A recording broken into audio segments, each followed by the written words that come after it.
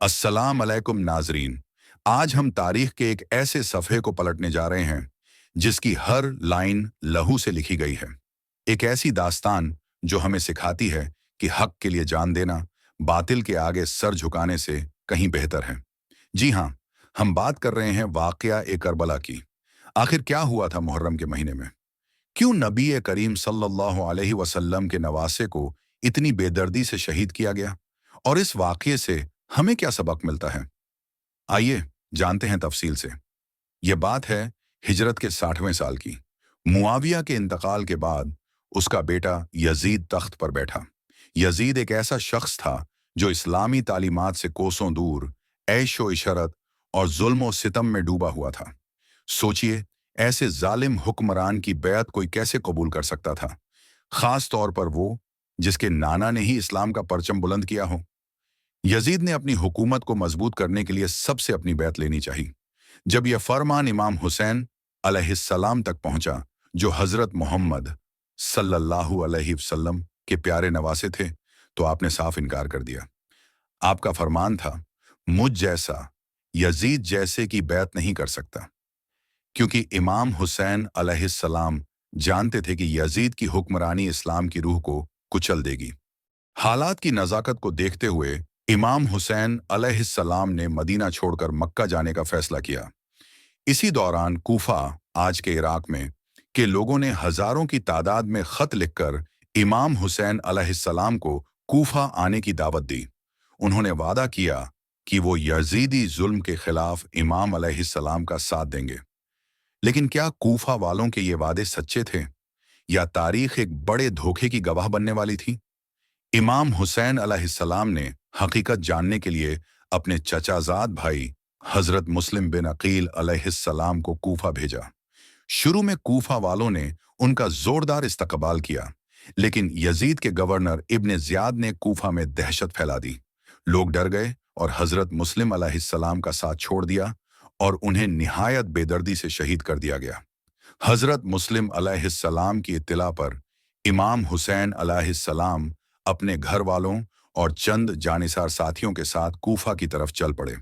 इस छोटे से काफिले में औरतें और मासूम बच्चे भी शामिल थे।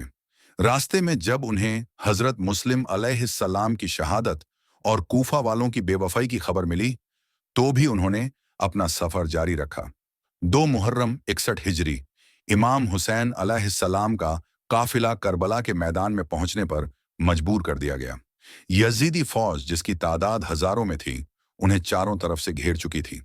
जरा तसव्वुर कीजिए, एक तरफ चंद भूखे प्यासे लोग, जिनमें मासूम बच्चे भी थे, और फिर आया वो दिन 10 मुहर्रम, आशूरा का दिन। सुबह सवेरे ही जंग का आगाज हो गया। इमाम हुसैन अलैहिस्सलाम ने आखिरी बार यजीदी फौज को समझाने की कोशिश की। उन्हें अल्लाह और रसूल सल्लल्लाहु अलैहि वसल्लम का वास्ता दिया, लेकिन पत्थर दिल पिघले नहीं। जब मौत सामने हो तो कितने लोग सब कुछ कुर्बान करने को तैयार होते हैं। देखिए, इमाम हुसैन अलैहिस्सलाम के वफादार साथियों की बेमिसाल बहादुरी। एक एक करके इमाम हुसैन अलैहिस्सलाम के जानिसार भूखे प्यासे मैदान में उतरे और बहादुरी की नई मिसालें कायम करते हुए शहीद होते गए। इनमें हजरत अब्बास अलमदार अलैहिस्सलाम, जो इमाम अलैहिस्सलाम के भाई और काफिले के अलमबरदार थे, उन्होंने बच्चों तक पानी पहुंचाने की कोशिश में अपने दोनों बाजू कटवा दिए और शहीद हुए। इमाम अलैहिस्सलाम के 18 साल के बेटे हजरत अली अकबर अलैहिस्सलाम, जो अपने नाना हजरत मोहम्मद सल्लल्लाहु अलैहि वसल्लम से मुशाबिहत रिजेम्बलेंस रखते थे, बहादुरी से लड़े और शहीद हुए। हजरत इमाम हसन ऐसाकी के कमसिन बेटे हजरत कासिम अलैहिस्सलाम ने भी अपनी जान का नजराना पेश किया। जुल्म की इंतहा तब हुई जब इमाम हुसैन अलैहिस्सलाम अपने 6 महीने के प्यासे बेटे हजरत अली असगर अलैहिस्सलाम को हाथों पर उठाकर यजीदी फौज के सामने लाए, ताकि शायद उन्हें इस मासूम पर रहम आ जाए और वो उसे पानी के चंद कतरे दे दें। क्या उन जालिमों के दिल में जरा भी रहम आया, या उन्होंने इंसानियत की सारी हदें पार कर दी? जवाब में हरमला नामी जालिम ने एक ऐसा तीर चलाया जो हजरत अली असगर अलैहिस्सलाम के नन्हे से गले को पार कर गया, और वो अपने बाबा के हाथों पर ही शहीद हो गए। जब तमाम साथी और घर वाले शहीद हो गए, तो इमाम हुसैन अलैहिस्सलाम खुद मैदान जंग में तशरीफ लाए। आप भूखे प्यासे झकमों से चूर थे, लेकिन आपके कदमों में कोई लर्जिश, ट्रेम्बलिंग नहीं थी। आपने बेमिसाल बहादुरी से जंग की।